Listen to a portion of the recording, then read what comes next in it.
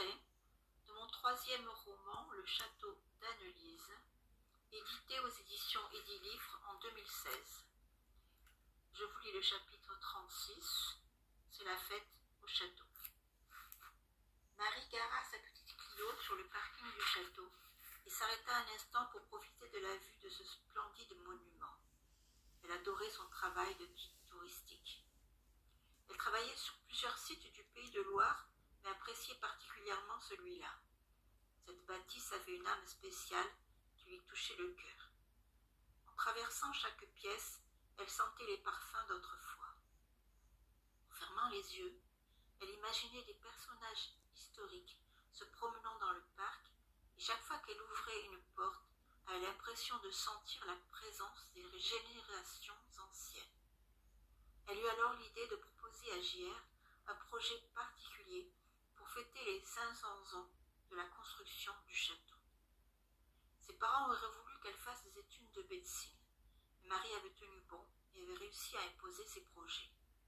Ayant passé une licence d'histoire, elle avait également étudié l'histoire de l'art et elle eut la possibilité de suivre un enseignement adapté pour développer une formation intellectuelle et une bonne culture générale sur toutes les périodes de la préhistoire au XXIe siècle.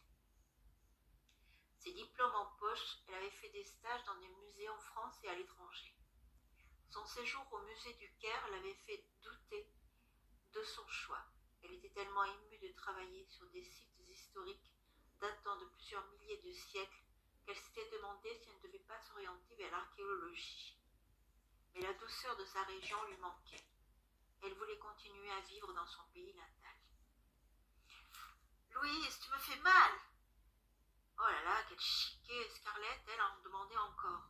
« Oui, mais moi je ne suis pas Scarlett. » Voilà, ton corset est assez serré, tu peux t'admirer dans la glace. Waouh, tu vois que ça valait le coup. Oui, mais tu crois que le chapeau est de la même époque que la robe? Il a un peu trop de plumes, non? On se croirait dans les années 1920. C'est Marie qui a loué les costumes. Elle a fait des études approfondies en histoire, elle sait ce qu'elle fait.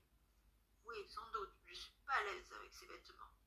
Tu es magnifique, tu ressembles à une reine. Tu exagères. Mais non, mais non. Allez, allons-y. Plus tard dans la matinée, tous les habitants du château étaient réunis devant l'entrée. Marie avança d'un pas sûr et s'arrêta pour admirer le tableau. Puis Catherine s'adressa à elle d'un ton agressif.